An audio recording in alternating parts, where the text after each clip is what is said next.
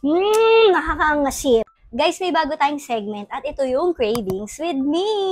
So this time, magko-comment kayo kung ano yung mga usual na kinikrave nyo. Tapos itatry nating bilhin yan. For example, sa araw na to bigla kang nag-crave, ganyan. Comment nyo dito. Tapos titingnan natin kung mabibili natin. So ako, sisimulan natin to episode natin na to gamit itong mga favorite natin na mga pagkain pag nagkikrave tayo. Mahilig din naman ako kumain tsaka mag-cravings, i-video ko na lang din. And ito siya, we have premium tamarindo chamoy. We also have the dried mango chamoy and the dried mango chamoy na lava.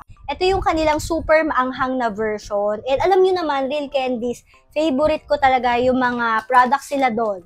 And then ito naman, meron siyang sour siya and spicy, pero hindi siya super spicy like yung lava.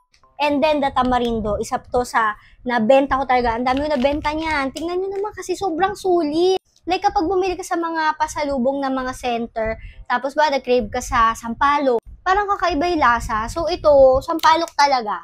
Nagulat ako, meron silang inad. Nagbibigay na sila ng tajin powder. Tanjin powder? Basta yung kapartner ng chamoy. Ayan siya. So, since na-miss na natin ito muna yung ating titikman ulit, the dried mango chamoy. So, ito ay 150 grams. Ilalagay natin siya sa plato para mas ma-appreciate natin yung itsura niya. And ito na siya. Ooh! Grabe, hindi pa rin nagbabago yung quality niya, no? This is the close-up. Tingnan nyo, hindi talaga kayo malulugi sa kanyang flavor, sa chamoy. Lalagyan na natin yung powder. Yummers! Wow!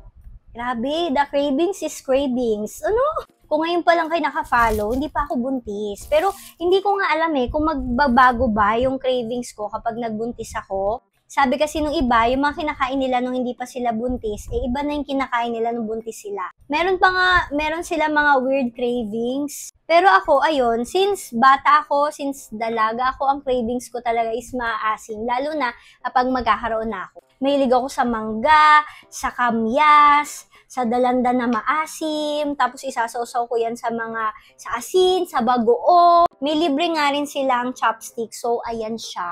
Sarap.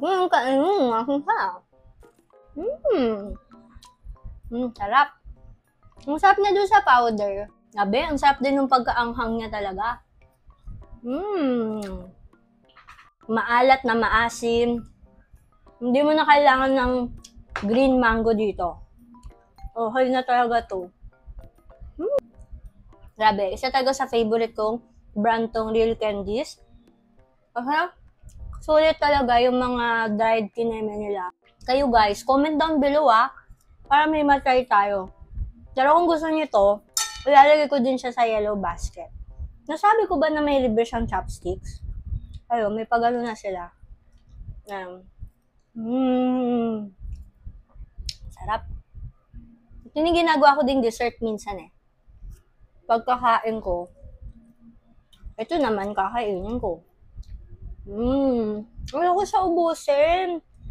Kasi bukas alam ko mag-crave ako ulit.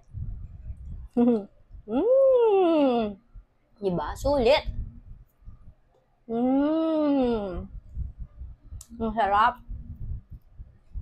Ang sarap talaga. Lahat nung nireko ko to, masarap daw talaga. So, good reko talaga siya. Hindi ako mapapahiya sa inyo.